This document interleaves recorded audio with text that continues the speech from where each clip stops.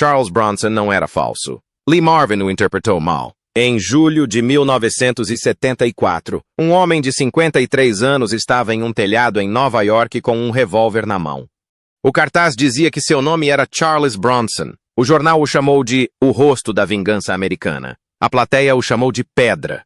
47 anos antes, um menino de 6 anos caminhava para seu primeiro dia de aula em uma cidade mineradora da Pensilvânia. Ele vestia um vestido que sua irmã mais velha lhe havia dado. A família não tinha mais nada para lhe vestir. O nome do rapaz era Charles Buktinski. Aos 16 anos, ele já trabalhava no subsolo, extraindo carvão por cerca de $1 a tonelada. Aos 23, estava dentro de um bombardeiro B-29 sobre o Pacífico. 25 missões de combate, um coração púrpura, um ferimento que não apareceu na radiografia, porque era o tipo de guerra que nenhum médico sabe interpretar. Então, se usássemos a velha pergunta de Lee Marvin, quanto lhe custou se tornar assim? Charles Bronson pagou a conta 2 vezes. Aí a verdadeira questão fica ainda mais sombria. Por que Hollywood pegou um homem com um passado real e o vendeu como um homem sem passado nenhum? E o momento em que esse apagamento começou não aconteceu diante de uma câmera. Aconteceu em um escritório de elenco com uma máquina de escrever e um nome que alguém, em 1954, decidiu que era repentinamente perigoso demais para ser dito em voz alta. O rosto de pedra que a América comprou. Se você cresceu assistindo a filmes americanos na década de 1970, já conhece o rosto. Não preciso descrevê-lo. Os olhos profundos, as maçãs do rosto que pareciam esculpidas por um deus ligeiramente entediado, o bigode que surgiu em meados dos anos 70 e nunca mais foi embora, a boca que quase nunca sorria e, quando sorria, o sorriso parecia um pequeno terremoto. Charles Bronson não te convidou para entrar. Ele te avisou para ficar do lado de fora. Esse foi o contrato que ele assinou com a câmera no primeiro dia em que ficou diante de uma. E o público continuou cantando junto, por quase 30 anos, toda vez que compravam um ingresso. Você se lembra dele em Desejo de Matar, onde interpretou um arquiteto nova-iorquino cuja família é destruída pela violência urbana e que reage à destruição com uma arma e uma longa caminhada pelas áreas mais perigosas da cidade. Você se lembra dele em Os Sete Magníficos, entrando em uma vila mexicana com outros 6 homens em quem ninguém confiava muito. Você se lembra dele em A Grande Evasão, suando em um túnel sob um campo de prisioneiros de guerra alemão. Você se lembra dele em Os 12 Condenados? Un Metro de Lee Marvin, mal lhe dirigindo a palavra. Você se lembra dele em Era Uma Vez no Oeste, caminhando por uma composição de Sérgio Leone, com uma gaita no pescoço e uma expressão que sugeria que o homem havia percorrido um longo caminho para chegar ali. Talvez você se lembre da esposa nos filmes, talvez não. Voltaremos a ela mais tarde. Para a maioria dos atores, o silêncio é uma escolha de estilo. Eles o aprendem, eles o praticam. Eles a vestiam todas as manhãs em frente ao espelho. Para Charles Bronson, o silêncio começou cerca de 40 anos antes de ele sequer ouvir a palavra ator. Surgiu do nada. Para entender o que aconteceu com Charles Bronson, é preciso entender algo sobre o homem que, 20 anos depois, se sentaria à sua frente em um set de filmagem inglês e concluiria que o silêncio entre eles era uma espécie de acusação. Esse homem era Lee Marvin. Já acompanhamos Marvin em outra história, desde a descida da colina nos arredores de Tinian Town e o ano no hospital, até o meticuloso registro pessoal que ele mantinha de cada ator com quem contracenou. Você já conhece o sistema que ele usava? Ele olhava para cada rosto à sua frente em Hollywood e perguntava, silenciosamente, se havia uma proposta de lei verdadeira por trás daquela postura rígida ou se era uma falsificação. Ele concluiu que muito poucos de seus colegas haviam trazido uma proposta de lei verdadeira para a reunião. Ele passou 30 anos remoendo isso em silêncio. A prestação de contas foi difícil. Tinha que ser. Marvin estava avaliando a sala de sua própria mesa, sob sua própria luz, com sua própria escala no chão ao lado dele. E nessa escala, o homem do outro lado da sala, no set de Robert Aldrich em 1967, não se destacava. O homem do outro lado da sala havia se calado. O homem à sua frente havia recebido 13 anos de dinheiro do estúdio e, em nenhuma entrevista que Marvin lera, mencionara as palavras meu, pai, B-29 ou Pensilvânia. Para Marvin, aquele silêncio era a pior prova possível. Para Marvin, aquele silêncio era o recibo que o outro homem se recusava a apresentar. Para Marvin, aquele homem, Charles Bronson, parecia alguém que havia concordado em não falar sobre o preço. É neste ponto que precisamos parar, porque Lee Marvin, que acertava em quase todas as suas avaliações, errou desta vez. E a dimensão do seu erro é a dimensão de toda a história que você está prestes a ouvir. A princípio, Bronson parecia o homem mais fácil para Marvin julgar. Ele havia se calado. Construiu toda a sua carreira em cima de um rosto que se recusava a se explicar. Ele aceitou dinheiro de Hollywood durante anos sem dizer uma palavra sobre a origem de sua dureza. Aí você olha para a infância dele, aí você olha para o Pacífico. Então você começa a se perguntar se Lee Marvin, que acertava em quase todas as suas avaliações, não teria mirado sua regra no alvo errado dessa vez. Porque Charles Bronson pagou o preço. Pagou um preço que a maioria dos americanos não consegue imaginar sem ajuda. Ele havia pago com sujeira. Ele havia pago com fogo sobre o oceano. Ele havia pago com um nome que lhe pediram educadamente para abandonar antes que lhe fosse permitido ganhar a vida. E ninguém, nem Lee Marvin, nem o estúdio, nem as revistas, nem as pessoas que compraram o pôster de Desejo de Matar na parede do saguão no verão de 1974, queria ouvir a história. É isso que temos que contar esta noite. Um vestido, uma mina, um irmão. Imagine um menino de 6 anos caminhando para seu primeiro dia de aula em 1927, em uma cidade mineradora da Pensilvânia chamada Ehrenfeld. Ele está usando um vestido. O vestido pertence à irmã mais velha dele. A família dele não tem roupas para meninos do tamanho dele. Na verdade, eles não têm quase nada para meninos do tamanho dele. Há 15 pessoas naquela casa, 11 das quais são crianças, e o salário que tem de sustentar a todos vem de uma jazida de antracito ali perto. Pago em vales da empresa que é dona da jazida, da estrada, da casa, da loja e da escola para onde o menino está caminhando. O nome do menino na lista de alunos é Charles Dennis Buksinski. Ele é chamado de Charles desde o dia em que nasceu, 3 de novembro de 1921. Ele ainda não sabe que o longo sobrenome que consta na ficha, aquele que trouxe consigo do pai, de uma pequena aldeia lituana na virada do século, lhe será tirado daqui a 27 anos, num escritório de Hollywood, por um estranho, por razões que nada terão a ver com ele. Por agora, ele é apenas um menino de vestido. Seu pai está na mina. Seu pai estará na mina pelos próximos 4 anos da vida do menino, e então seu pai estará na terra, morto lentamente pelo tipo de dano que a antracite causa aos pulmões humanos ao longo de 20 anos. O menino terá 10 anos quando isso acontecer. Depois disso, o salário que deveria sustentar 15 pessoas recairá sobre os ombros dos filhos mais velhos da família e, com o tempo, sobre o próprio Charles. Isso está registrado. Não é um palpite. É algo que ele contou a entrevistadores mais tarde em sua vida, simplesmente como um homem conta um fato sobre seu corpo, não buscando simpatia, apenas informando as dimensões. Um menino americano de 6 anos, em 1927, caminhando para a escola com o vestido da irmã, porque o salário do pai não era suficiente para comprar roupas de menino que lhe servissem. Esse é o país em que Charles Buksinski nasceu. Quando Charles tinha 10 anos, seu pai faleceu. A mina o atingiu por dentro. O médico escreveu uma frase educada no formulário. A família não teve tempo para o luto. A mina ainda precisava de corpos, e os rapazes mais velhos da família já tinham idade suficiente para serem enviados para o subsolo. Aos 16 anos, Charles era um desses corpos. Ele desceu. Ele trabalhava nas minas. No final de cada turno, voltava com a mesma camada preta na pele que seu pai trazia para casa havia 30 anos. Em um bom dia, ganhava cerca de $1 por tonelada de carvão que enviava pela linha de produção. Os cálculos desse salário revelam tudo o que você precisa saber sobre o quarto em que ele dormia. A maioria de seus irmãos mais velhos nunca saiu daquela cidade. Alguns nunca saíram da mina. Um deles morreu lá. A família Buksinski teve um filho que saiu de Ehrenfeld com uma sorte que permite que uma pessoa se transforme em outra. Esse filho foi o 11º. Hollywood o venderia mais tarde como um homem sem passado. O passado que você acabou de ouvir é aquele que Hollywood teve que enterrar antes que a venda pudesse começar. O vestido. $1 por tonelada. Os irmãos. O pai, tossindo no escuro. Lembre-se dessas 4 coisas. Hollywood passará os próximos 40 anos tentando fazer você esquecê-las. 25 vezes. Japão. Em 1943, os Estados Unidos recrutaram Charles Buksinski para a Força Aérea do Exército. Ele tinha 21 anos. Ele nunca tinha estado em um avião. Mandaram-no para a escola de artilharia. Ele aprendeu a disparar uma metralhadora calibre 50 contra objetos em movimento no céu.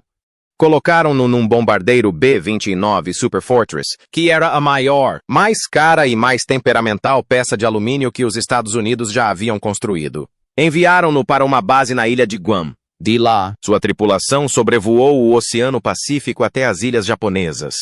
25 vezes, em uma guerra que ainda não sabia que estava quase no fim. Agora, quero que vocês entendam como era realmente uma missão de um B-29 em 1945, porque os filmes mentiram sobre isso por 80 anos.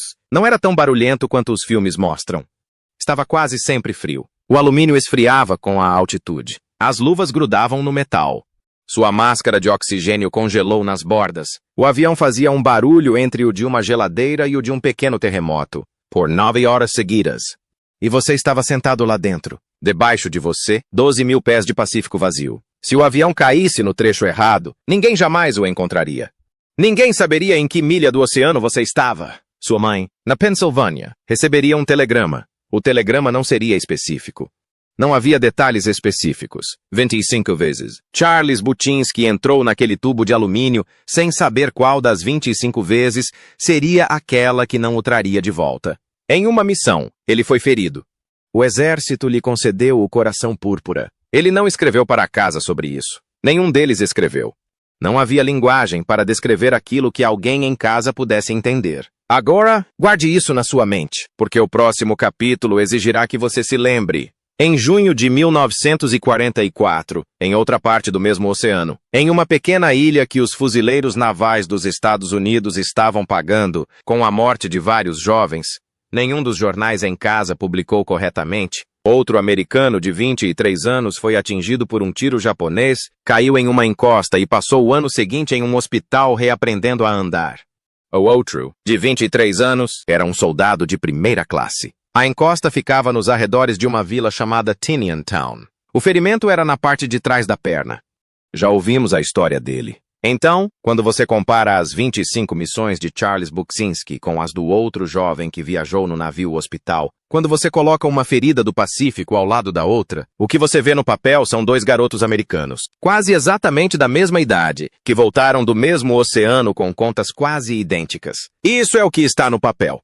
Nas salas que importavam, as salas com as câmeras, os contratos, os agentes, as duas contas nunca seriam lidas da mesma maneira. O motivo pelo qual não foram lidas da mesma maneira é o que o resto desta história conta. Quando Charles voltou para casa em 1945, ele tinha 23 anos. Seu pai havia morrido. Sua mãe falava inglês com dificuldade. Ele tinha uma medalha coração púrpura guardada em uma caixa e não fazia ideia do que fazer com o resto da vida. Ele vagava sem rumo. Trabalhou como pedreiro. Colheu cebolas durante uma temporada em um campo nos arredores de Atlantic City. Ele pensou brevemente em se tornar um artista. Sempre gostara de desenhar. E em algum momento, durante toda essa deriva, uma porta se abriu, uma porta que não o convidava a voltar para o subterrâneo. Aquela porta era a porta de um teatro. Ele a atravessou, não olhou para trás. Mas o país pelo qual ele acabara de derramar seu sangue estava prestes a segui-lo por aquela porta, para dentro de um prédio que ele considerava seguro, e ali pedir mais uma coisa antes de deixá-lo trabalhar. Iria lhe perguntar o nome. Uma porta que não lhe pedia para cavar.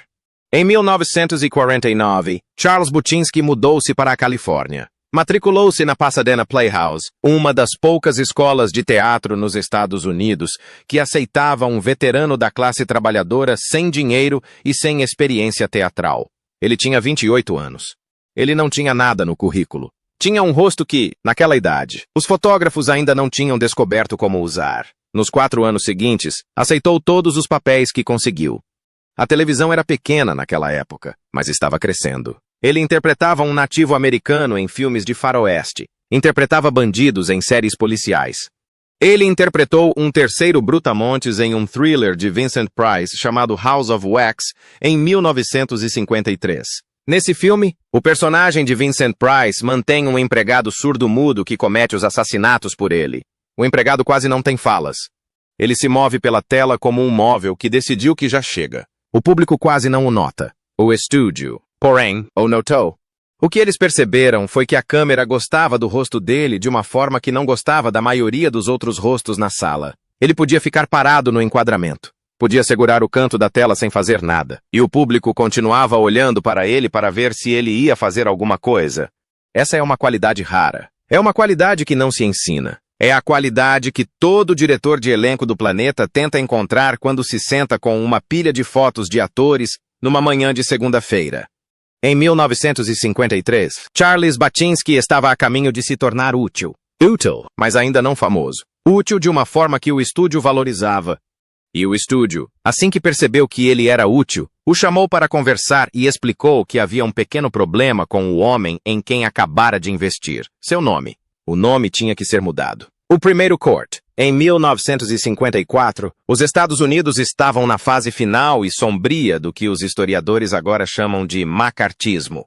O senador Joseph McCarthy ainda alertava o país sobre a presença de agentes comunistas infiltrados no Departamento de Estado, no Exército e na indústria do entretenimento. A lista negra de Hollywood já tinha 4 anos. Escritores, diretores e atores com sobrenomes terminados em Insky, Ovich, Enko ou Berg não estavam tendo uma década tranquila.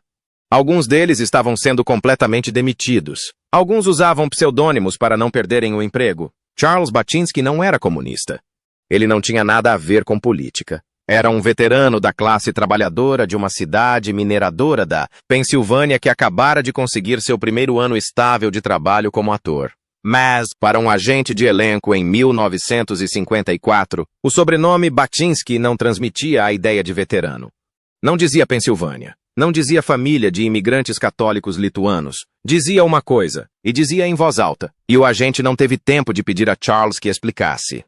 Dizia eslavo, num país que, naquele ano, tinha um medo profissional de tudo o que fosse eslavo. Então, em algum momento da primavera de 1954, num pequeno escritório em Hollywood que provavelmente tinha um ar-condicionado de janela que não funcionava direito, um agente disse a Charles sem rodeios o que ia acontecer a seguir. O nome tinha que sair. Baczynski era um problema. Baczynski ia lhe custar as audições. Baczynski ia custar-lhe contratos inteiros com o estúdio. O agente propôs algo mais limpo, algo que o público não tropeçaria ao ver um cartaz, algo que soasse como se tivesse nascido em Indiana. O agente propôs Bronson. Respire Fundo, porque esta é a parte da história que costuma ser mal interpretada. O homem não se vendeu. Ele não traiu o próprio pai.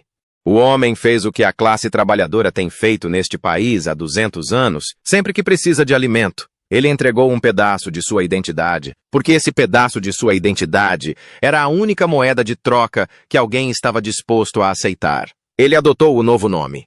Mas é preciso entender exatamente o que estava sendo negociado. Baczynski não era apenas um sobrenome. Baczynski era Walter, o pai lituano que morreu tossindo dentro de uma camada de carvão. Baczynski era Mary, a mãe que enterrou o marido e criou 11 dos seus 15 filhos até a idade adulta, com o que sobrou do armazém da companhia. Baczynski era cada irmão que permaneceu no subterrâneo.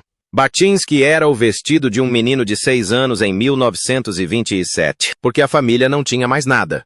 Baczynski era a personificação do sucesso estrondoso. Baczynski era tudo aquilo que o tornara exatamente o tipo de homem que a câmera estava prestes a enriquecer. E Hollywood pediu que ele reduzisse tudo isso a um substantivo que coubesse perfeitamente em um letreiro luminoso.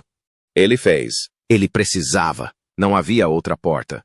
Hollywood não comprou primeiro o rosto dele. Hollywood comprou primeiro Baczynski. É esse momento que passa despercebido quando as pessoas falam dele.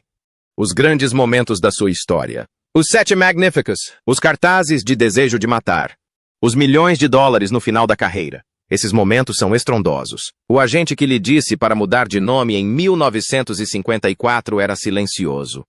Não existe fotografia da conversa. Não existe gravação. Sabemos que aconteceu apenas porque o homem que entrou naquele escritório tinha um nome e o homem que saiu tinha outro.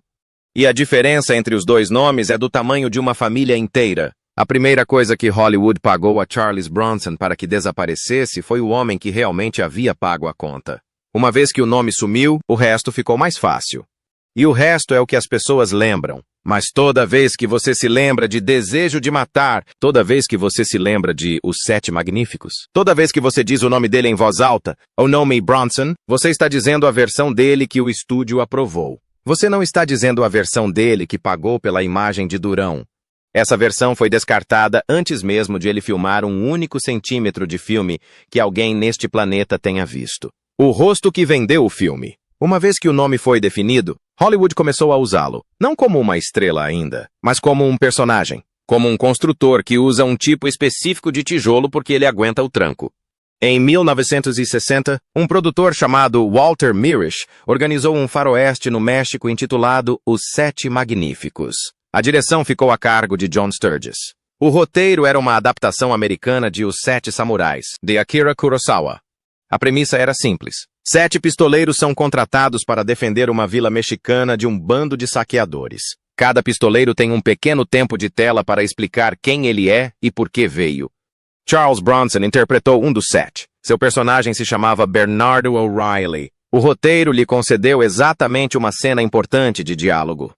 Era uma cena com 3 crianças mexicanas a quem seus pais haviam dito que os homens armados eram mais corajosos do que seus pais. Nessa cena, Bronson se ajoelha diante das crianças, olha para elas honestamente e diz que elas estão enganadas. Ele lhes diz que seus pais, que trazem comida para a mesa todos os dias e que não fogem de nada, são mais corajosos do que qualquer homem armado que elas jamais encontrarão. É uma cena pequena, dura cerca de 90 segundos em um filme com mais de 2 horas de duração. Ninguém a planejou como um momento para alavancar a carreira de alguém. Mas eis o que aconteceu quando as luzes se apagaram nos cinemas em outubro de 1960. Um homem com a cara de uma parede, que até então quase não dissera nada durante todo o filme, ajoelhou-se diante de 3 crianças pequenas e fez um discurso sobre o valor de seus pais. E todos os homens da classe trabalhadora na plateia de todos os cinemas dos Estados Unidos assistiram àquela cena e a sentiram no peito. Porque Bronson não estava atuando. Bronson estava falando, diante das câmeras. A única frase que carregava consigo desde os 10 anos de idade, quando viu seu próprio pai tossir até a morte no quarto de uma cidade mineradora. Seu próprio pai tinha sido um daqueles pais mexicanos mencionados no discurso.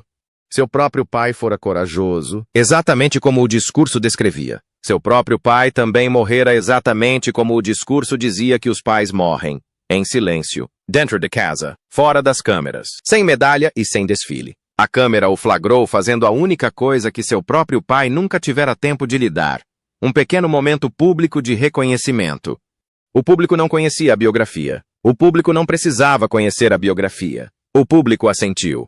Esse é o segredo que o estúdio descobriu sobre Charles Bronson, por volta de outubro de 1960, e nunca revelou abertamente. O público não precisava da história dele. O público precisava do rosto dele contando a história de outra pessoa e sentindo-a, porque o sentimento era a parte que o rosto não conseguia fingir.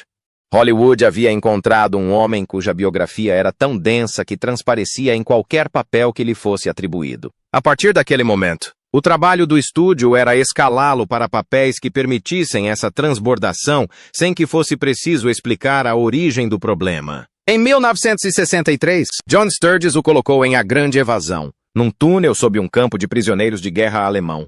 Bronson interpretou um prisioneiro polonês com claustrofobia severa. Ele não precisou fingir a claustrofobia. Ele havia estado na clandestinidade aos 16 anos. Ele sentiu as paredes de uma mina de verdade se moverem na escuridão real. A câmera o flagrou suando nas cenas do túnel, e o público interpretou isso como uma grande atuação. O que eles estavam realmente vendo era um fragmento de sua infância que ele não precisou inventar.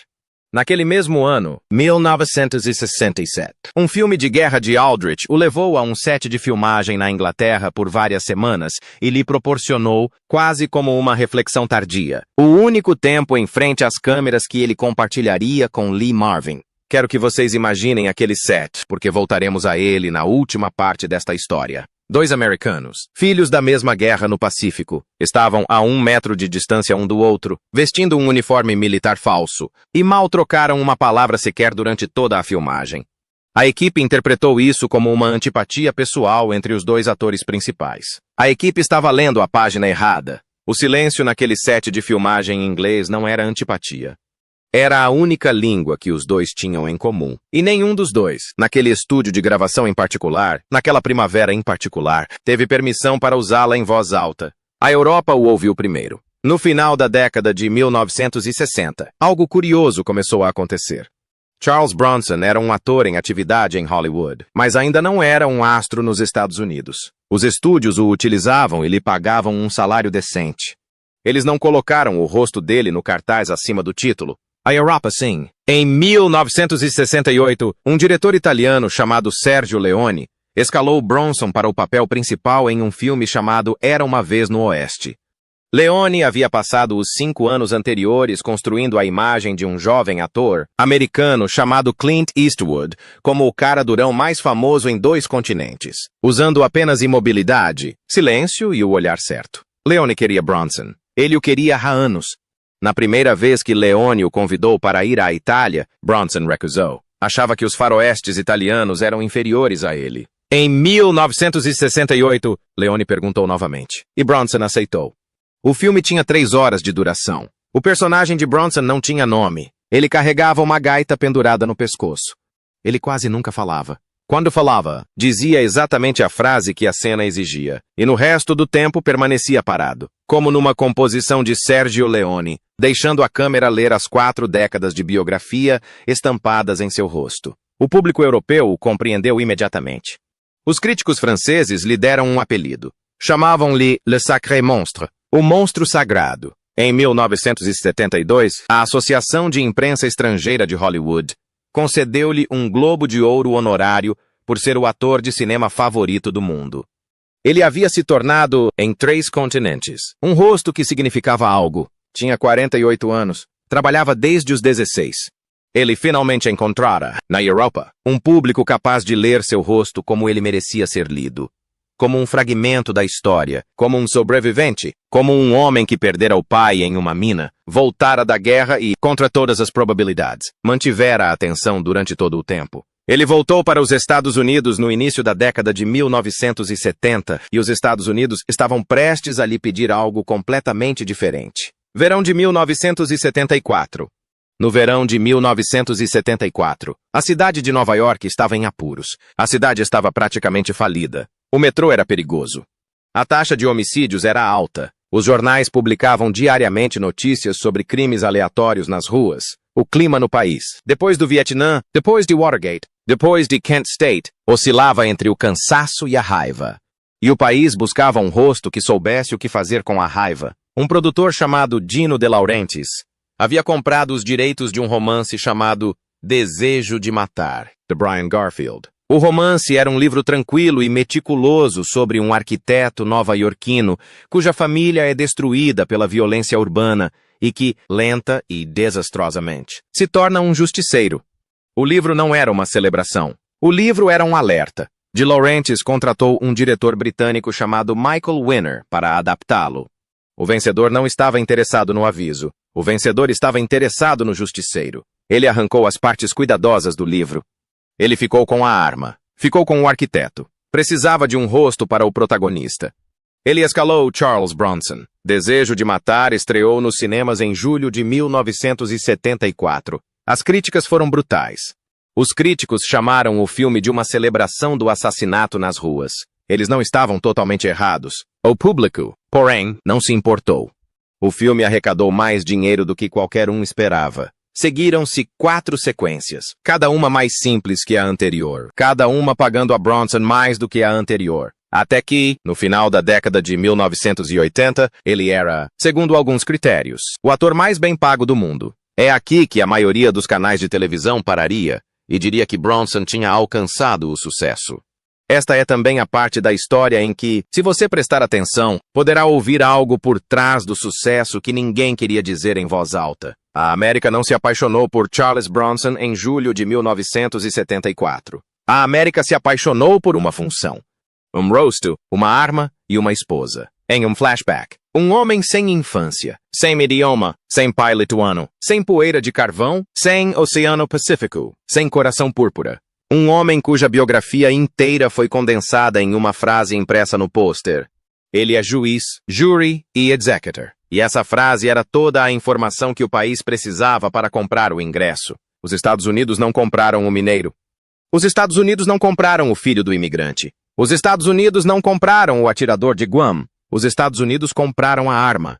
Reflita sobre isso por um momento, porque é aqui que a antiga questão de Lee Marvin se inverte. Lee Marvin temia que Hollywood transformasse em farsante um homem que não tinha nada.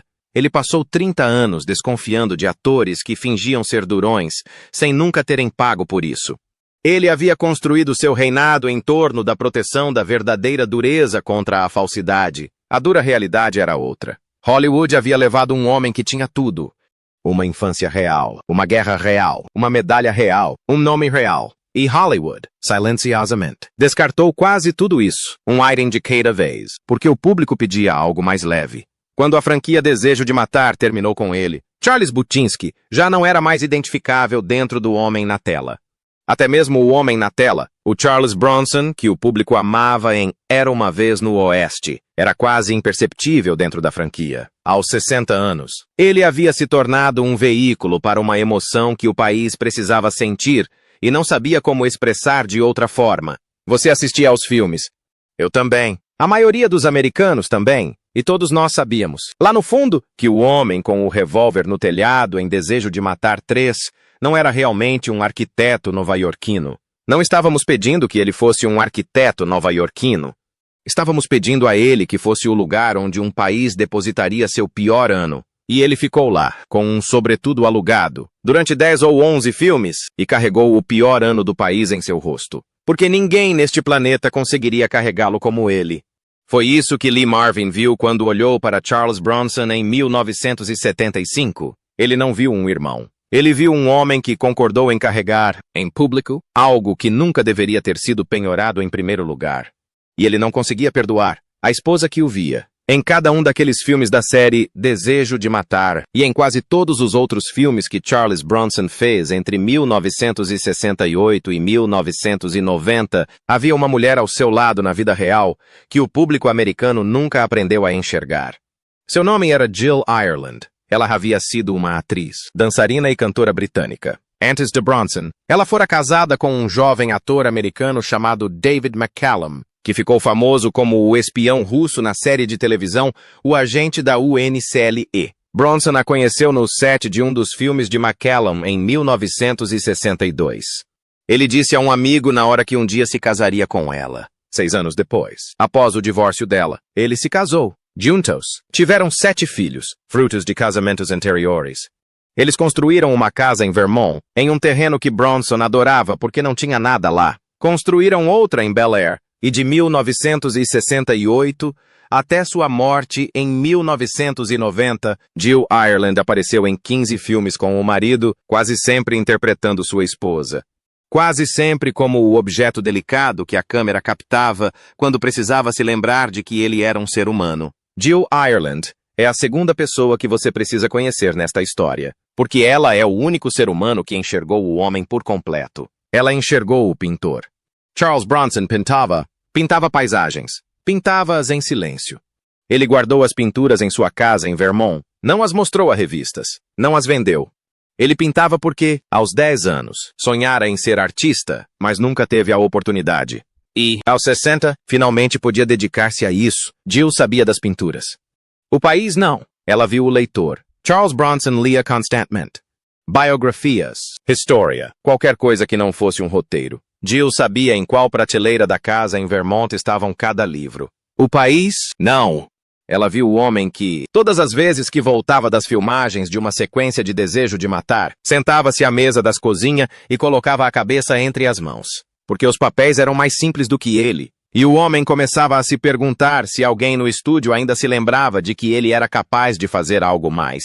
Em 1984, Jill Ireland foi diagnosticada com câncer de mama. Ela escreveu um livro sobre isso, intitulado Um Desejo de Vida. O título foi uma resposta deliberada ao filme mais famoso do marido dela. Ela sobreviveu ao primeiro câncer. O câncer voltou. Ela sobreviveu mais uma vez. A doença voltou uma terceira vez, em seus ossos. E em 1990, ela a levou. Ela tinha 54 anos. Charles Bronson ficou ao lado da cama dela nas últimas semanas. Ele não deu nenhuma entrevista sobre o assunto. Ele não falou sobre ela na cerimônia pública em memória dela. Voltou para casa, em Vermont, e não saiu por um longo tempo. Amigos que o viram depois disseram que seus olhos estavam sem brilho.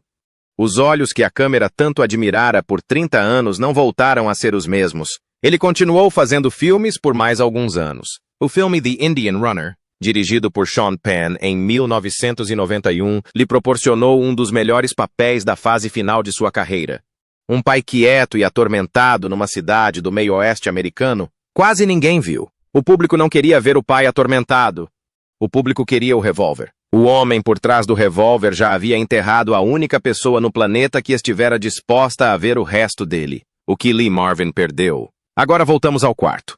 Inglaterra, 1967. O cenário de Aldrich que deixamos à nossa espera alguns capítulos atrás. 2 homens americanos, a 1 metro de distância um do outro, quase sem se falar. Já temos a conta dos 2. Você já sabe o que Lee Marvin trouxe para aquela sala. A Ilha do Pacífico. O ferimento na perna. O ano no hospital. O corpo que, depois, não conseguia mais exercer as funções que seu pai imaginava que ele desempenharia. A lenta transição para uma profissão que não exigia pernas, mas que funcionava da maneira como elas deveriam funcionar. O Oscar, eventualmente. Concedido como um reconhecimento educado de uma dureza que o homem que o ostentava havia adquirido a preço integral. Agora coloque Charles Buksinski ao lado dele. 10 anos quando seu pai lituano saiu tossindo do quarto da empresa em Ehrenfeld. 16 anos no subsolo, enviando o equivalente a $1 em antracito para cada tonelada que extraía. 23 anos de idade em um B-29 sobre o Pacífico. 25 vezes em um céu que, em pelo menos um desses dias, tentava derrubá-lo. 27 anos de idade. Vagando por plantações de cebola e equipes de pedreiros a caminho da Califórnia. 33 anos em um escritório em Hollywood, concordando em deixar o sobrenome do pai ser retirado do letreiro para que o público americano não se sentisse nervoso com as sílabas. 2 meninos. 2 guerras. Um oceano. Um coração púrpura para cada uma. No papel, eles haviam levado contas idênticas para a reunião. O homem do outro lado da mesa não conseguia ler a conta do homem à sua frente. A conta estava ali, bem na frente dele. Estava no silêncio. Estava no jeito como Bronson segurava os ombros. Estava nas coisas que Bronson não dizia. O homem à sua frente, lendo sua própria balança. Interpretou tudo aquilo como uma recusa em apresentar uma conta. Ele buscava que a ferida fosse mencionada. A ferida à sua frente fora avisada, repetidas vezes, por escrito, de que não era permitido pronunciá-la naquele terreno. Marvin teve permissão para levar seu ferimento para dentro do quarto. Bronson foi instruído a deixar a maior parte do seu na porta. A diferença não estava no caráter. A diferença estava na permissão. Lee Marvin pagou a Hollywood o preço que tinha. Charles Bronson deu a Hollywood o seu silêncio. Um daqueles homens deixou seu ferimento visível. Ao outro foi dito, de forma clara e por escrito, que seu ferimento não cabia no orçamento. Se você fosse Lee Marvin, sentado naquele set de filmagem inglês em 1967, talvez tivesse cometido o mesmo erro. Ele interpretava o silêncio como evasiva. Não conseguia ver, do outro lado da mesa, que o silêncio era, na verdade, uma prova que o homem à sua frente carregava tudo o que Marvin carregara e muito mais do que Marvin. Marvin passou 30 anos avaliando os homens ao seu redor.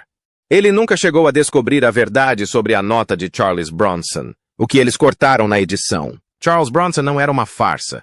Ele foi alterado. Alteraram-no numa cidade mineira da Pensilvânia que lhe roubou a maior parte da infância, antes mesmo de ele ter idade suficiente para soletrar o que lhe estava sendo roubado. Alteraram-no numa guerra que lhe roubou o ano em que seu rosto deixou de ser jovem. Editado por uma agência de elenco em 1954 que, educadamente, pediu o nome de seu pai. Editado por um mercado que decidiu, por volta de julho de 1974, que o país precisava mais de uma arma do que de um homem. Editado, finalmente, pela morte da única pessoa que conhecia toda a sua obra e estava disposta a continuar consultando seus livros. Lee Marvin passou 30 anos pedindo a Hollywood que refletisse sobre o preço que uma pessoa pagava para se tornar forte o suficiente para convencer o público.